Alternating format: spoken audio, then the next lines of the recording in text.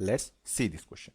The question says if the lengths of the side of a right angle triangle are in AP, then their ratio is option by A 2:3:4, option B 3:4:5, option number C 4:5:6, and option number D is none of these.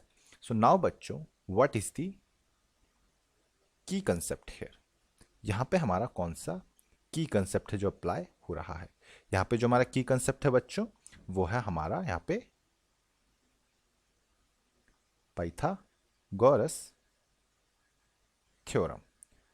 तो according to Pythagoras theorem बच्चों, जो हमारा यहाँ पे hypotenuse का square होता है वो क्या होता है?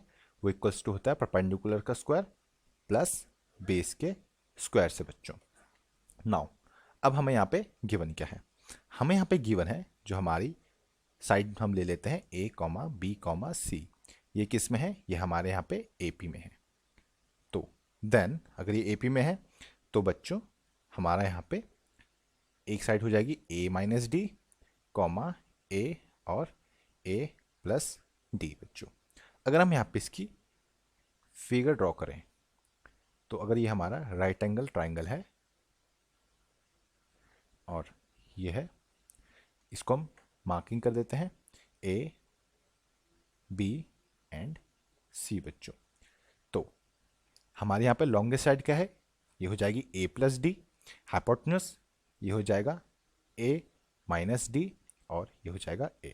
तो अभी हम यहाँ पे पाइथागोरस थ्योरम लगाएंगे। तो अकॉर्डिंग टू पाइथागोरस थ्योरम, जो हमारा हाइपोटेन्यूज है यानी कि AC का square equals to AB square plus BC का स्क्वायर। तो वैल्यूज पुट करते हैं तो AC क्या है? वो है A+D का whole square equals to AB क्या है? वो है A-D का होल स्क्वायर प्लस BC क्या है? वो है A का स्क्वायर।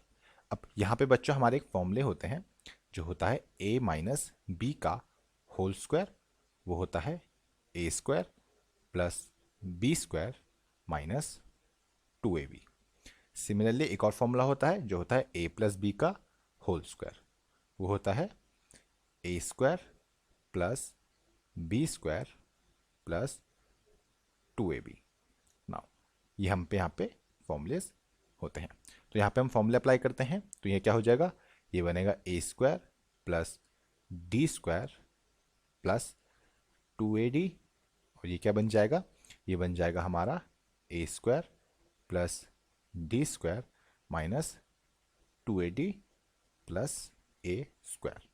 तो यहाँ से बच्चों हमारा A स्क्वायर से A स्क्वायर कैंसिल आउट और D स्क्वायर से D स्क्वायर कैंसिल आउट। तो यहाँ पे क्या बचेगा? यहाँ पे बचेगा हमारा A square equals to 4AD और यहाँ से स्क्वायर से ये A कैंसिल आउट। तो यानी कि A is equals to 4D और D की वैल्यू क्या आ जाएगी? D is equals to A/4। Now अब हमारी साइड्स क्या क्या थी? एक तो थी A-D, एक है A और एक साइड थी हमारी A+D। तो इनको क्या करते हैं हम? रेशियोज में ले लेते हैं। तो ये क्या आएगा?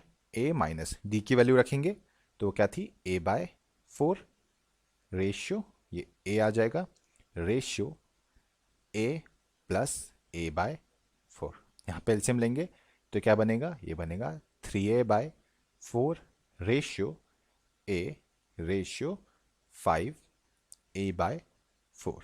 यहाँ से बच्चों तीनों से A कैंसिल आउट हो जाएंगे और ये क्या बनेगा? ये बनेगा 3/4 रेशियो 1 रेशियो 5/4। यहाँ पे सबकी 4 से मल्टीप्लाई करेंगे तो हमारे यहाँ से रेशियो क्या आ जाएंगे? रेशियो आ जाएंगे हमारे यहाँ पे, हम यहाँ पे लिख लेते हैं पहले मल्टीप्लाई बाय 4। तो हमारे रेशियोज क्या आ जाएंगे? ये आएगा 3:4:5 और यही बच्चों हमारा यहाँ पे फाइनल आंसर होगा। और अगर हम ऑप्शंस में देखें तो ऑप्शन नंबर बी जो है वो हमारा करेक्ट ऑप्शन होगा। और ये आंसर हमने फाइंड किया है बाय यूजिंग आवर की concept which is Pythagoras theorem. Hope बच्चों आपको ये क्वेश्चन समझ आया होगा एंड बेस्ट ऑफ लक।